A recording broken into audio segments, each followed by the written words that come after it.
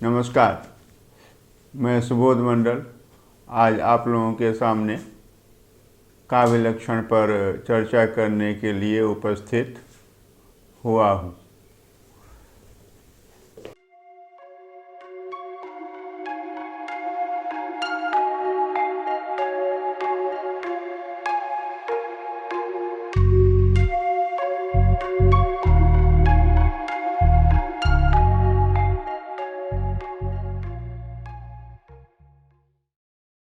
काव्य लक्षण को चाहे आप जिस प्रकार से लिखें,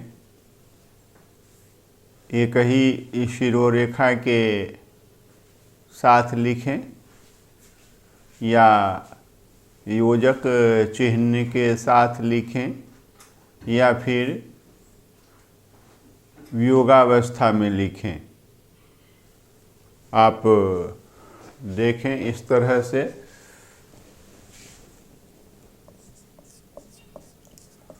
काव्य लक्षण, यह एक ही शिरोरेखा के साथ लिखा गया है या काव्य लक्षण योजक चिन्ह के साथ लिखा गया है और काव्य लक्षण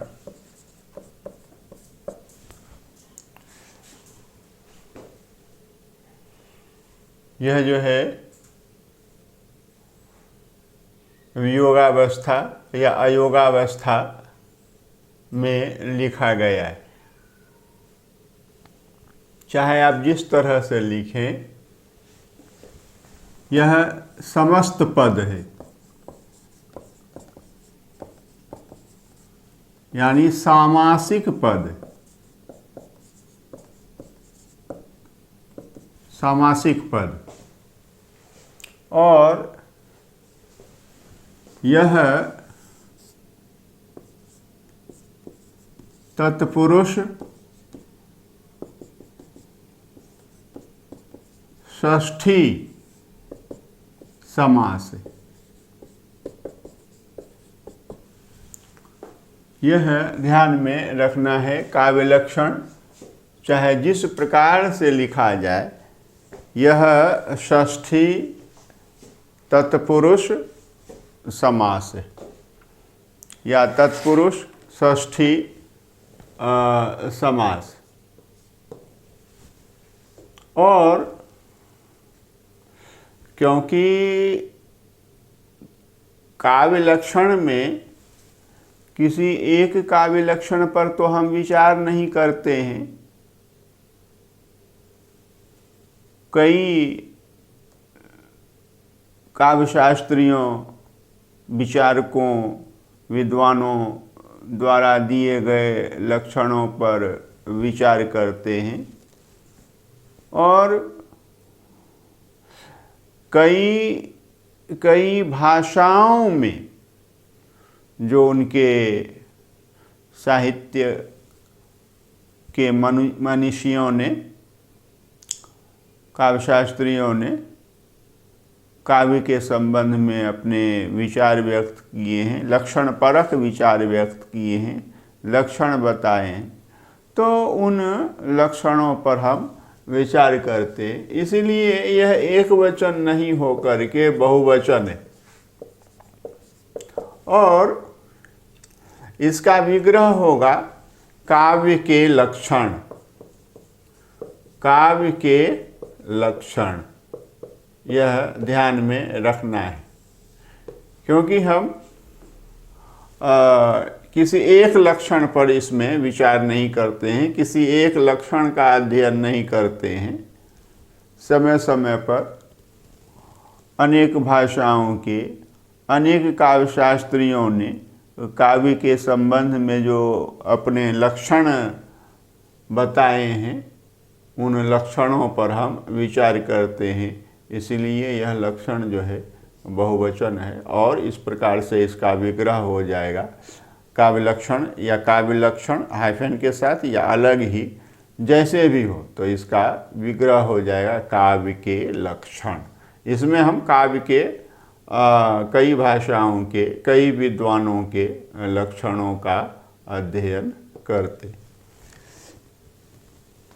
जब हम काव्य लक्षण पर विचार कर रहे हैं तो ध्यान में रखना है कि मुख्य रूप से 3 ही भाषाओं के लक्षणों पर विचार करते हैं।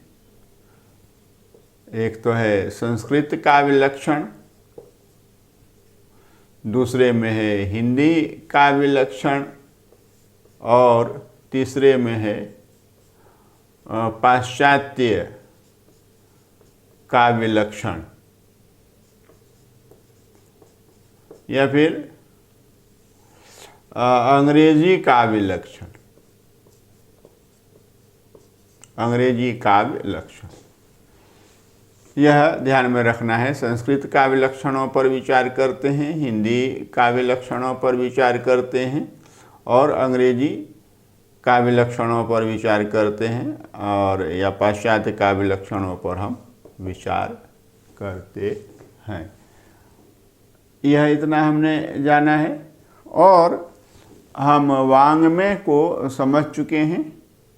वाणी में अभिव्यक्त ज्ञान को ही वाङ्मय कहा जाता है और यह वाङ्मय जो है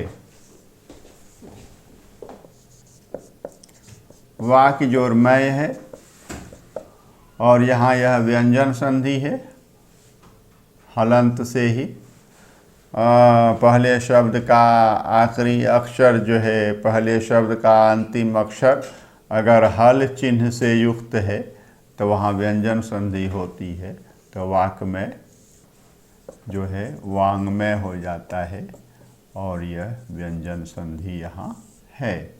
और वाङ्मय हम समझ चुके हैं, वाणी में अभिव्यक्त ज्ञान को वाङ्मय कहा जाता है। आइए साहित्य शब्द पर चर्चा हम करते हैं। साहित्य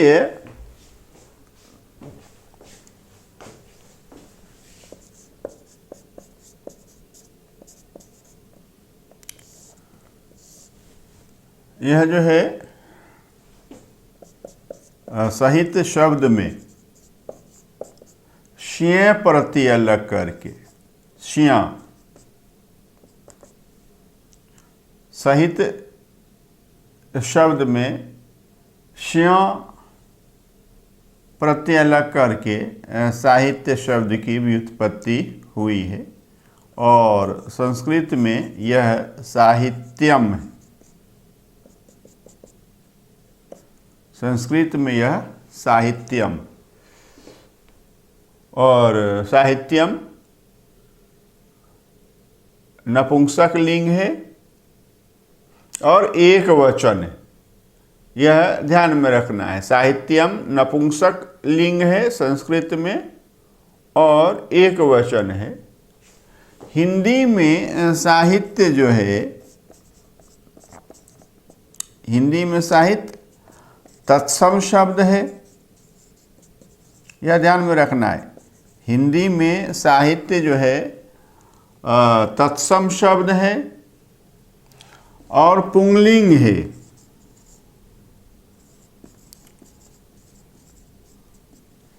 और सामान्यतः एक वचन है और प्रयोग के आधार पर यह बहुवचन भी हो जाता है। प्रयोग के आधार पर, व्यवहार के आधार पर साहित्य ही शब्द है। एक वचन में भी हम प्रयोग करते हैं और बहुवचन में भी प्रयोग करते हैं, लेकिन यह तत्सम शब्द है और पुंगलिंग है हिंदी में। यह ध्यान में रखना है। साहित्य अपने व्यापक अर्थ में वाङ्मय का अर्थ देता है। यह ध्यान में रखना। साहित्य अपने व्यापक अर्थ में वाङ्मय का अर्थ देता है और साहित्य का सीमित अर्थ भी है, लेकिन अभी हम साहित्य का व्यापक अर्थ समझते हैं। साहित्य अपने व्यापक अर्थ में वाङ्मय का अर्थ देता है, यह समझना है। और दर्शन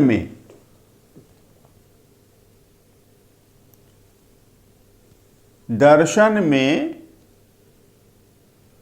किसी क्रिया के साथ योग को साहित्य कहा जाता है।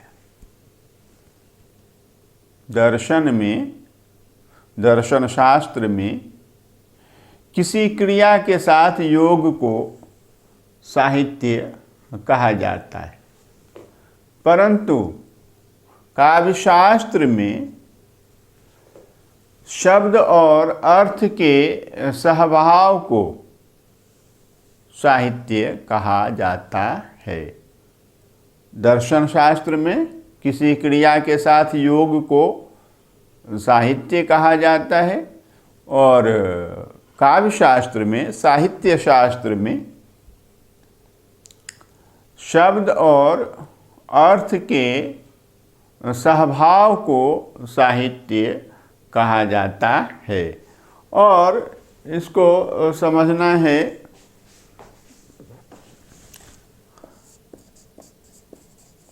सहितयोः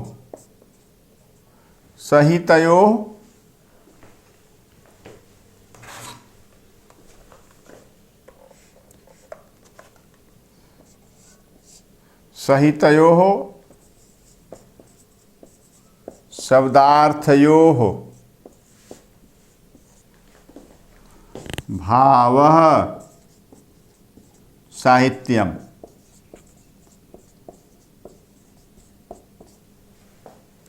सहितयोः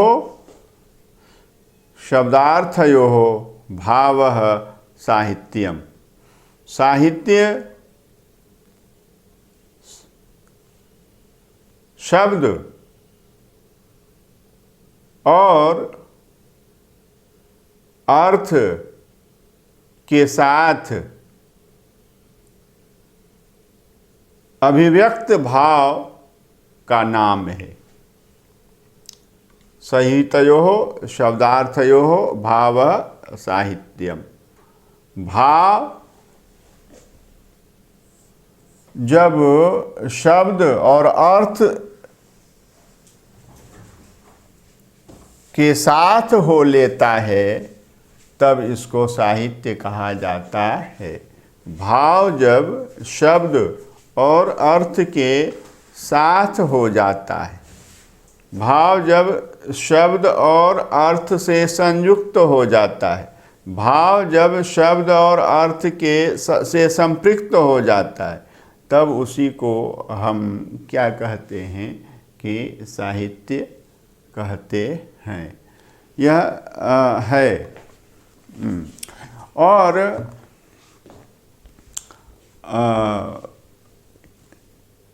बताया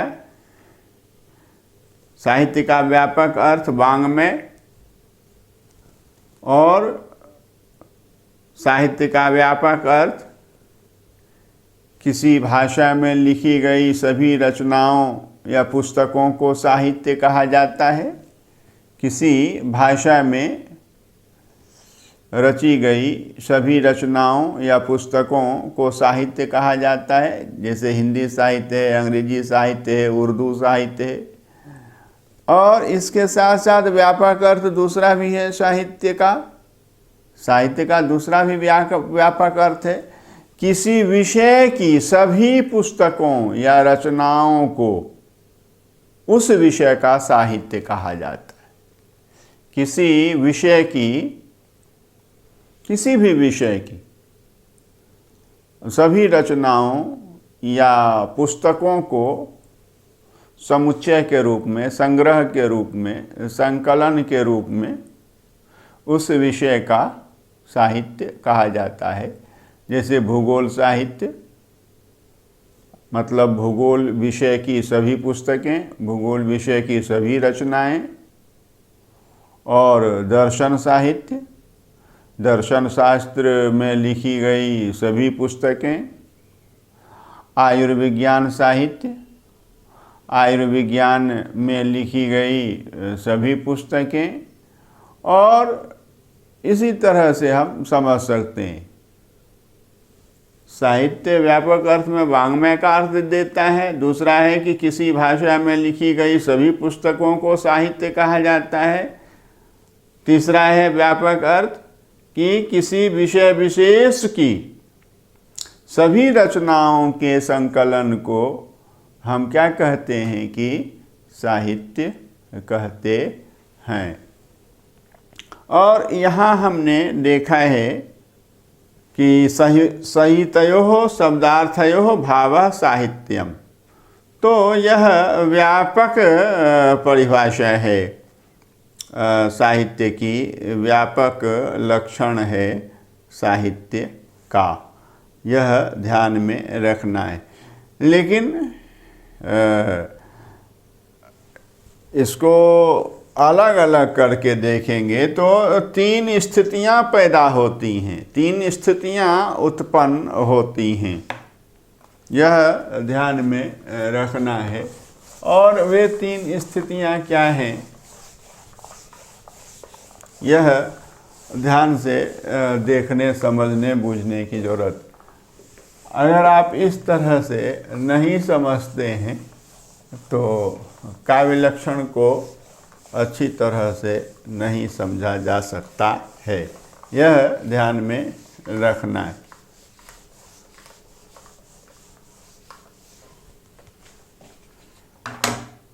यहाँ हमने देखा है कि संहितयोः शब्दार्थयोः भावः साहित्यम, तो ये एक व्यापक लक्षण है, व्यापक परिभाषा है। और इसका यह एक स्थिति है। दूसरी स्थिति है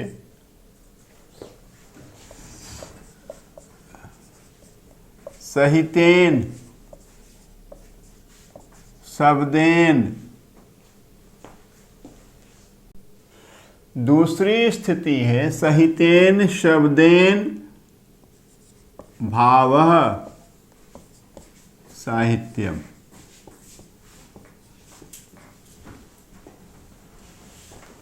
या शब्देन सहितेन भावः साहित्यम। तीसरी स्थिति है सहितेन अर्थेन भावः साहित्यम। यह तीसरी स्थिति।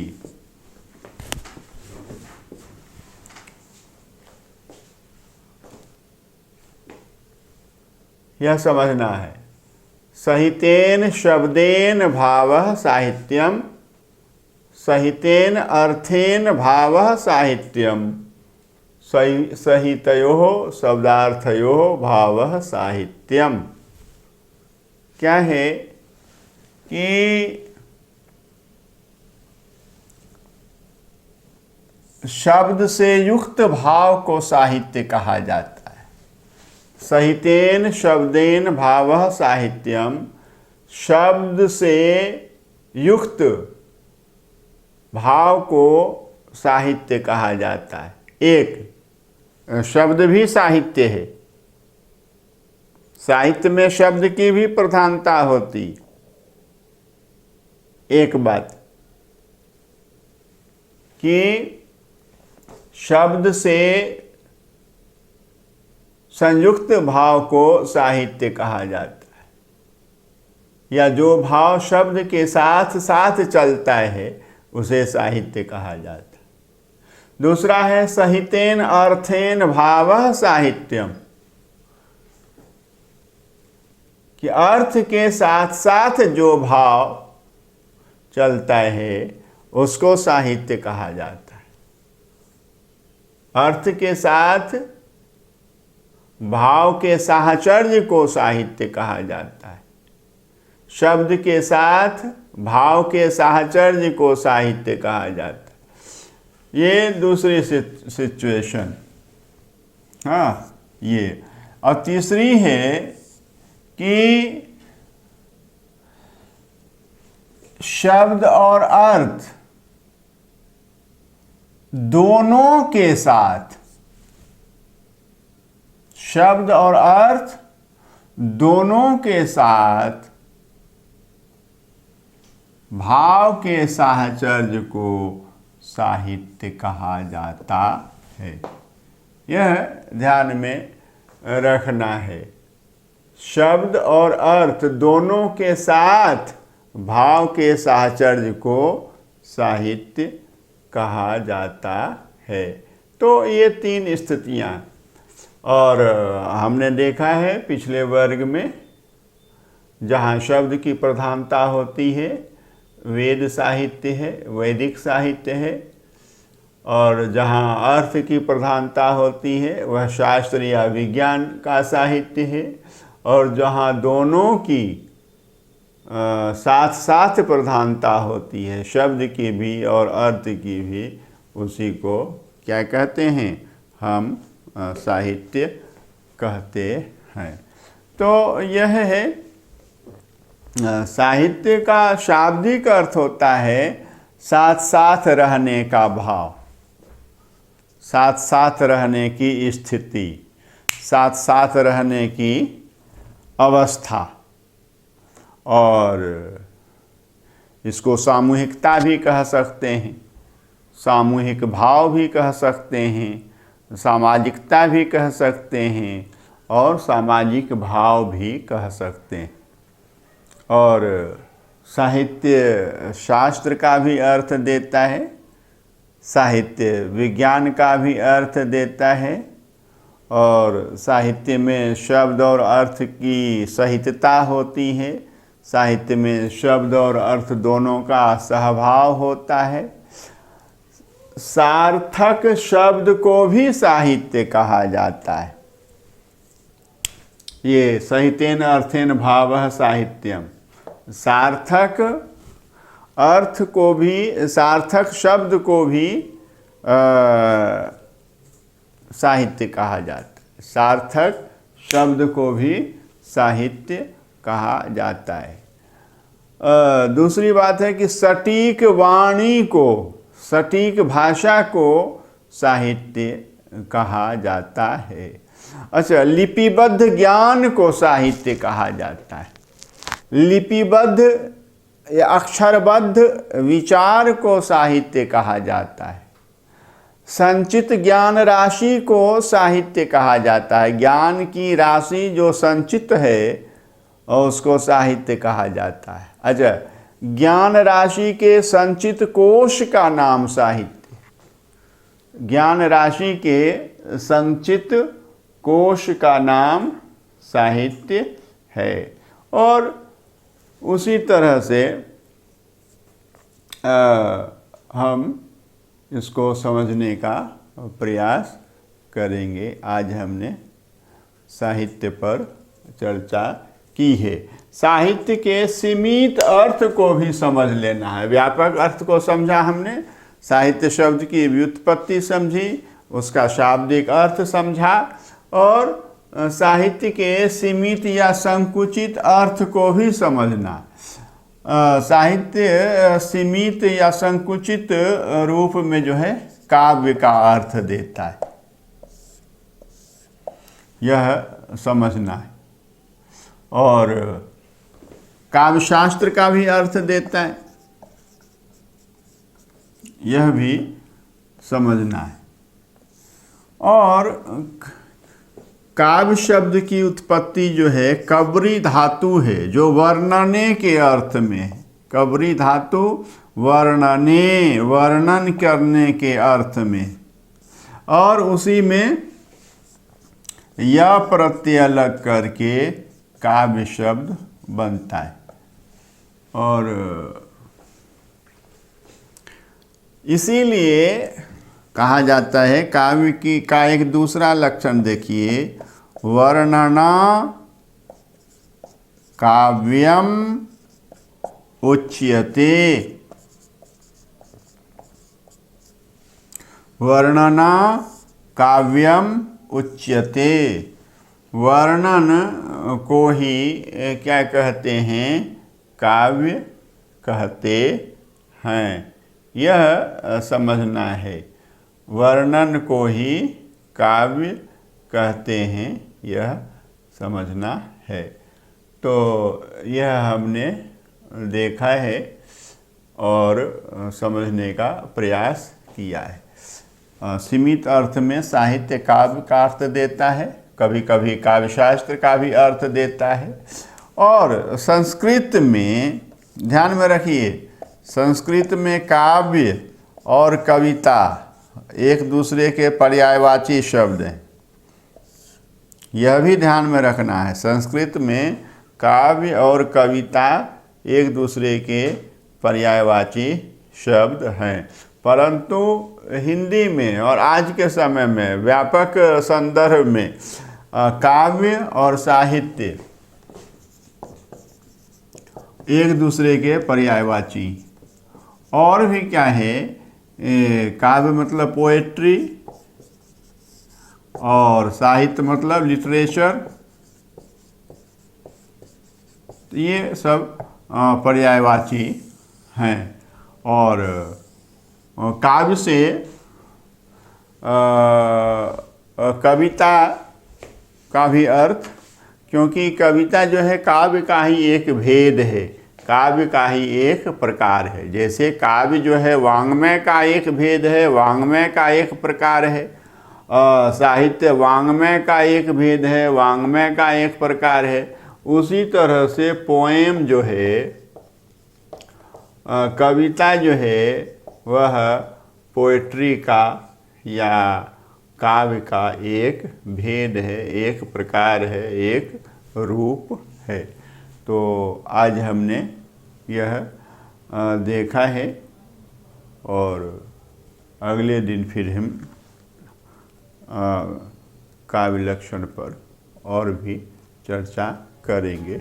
बहुत बहुत धन्यवाद।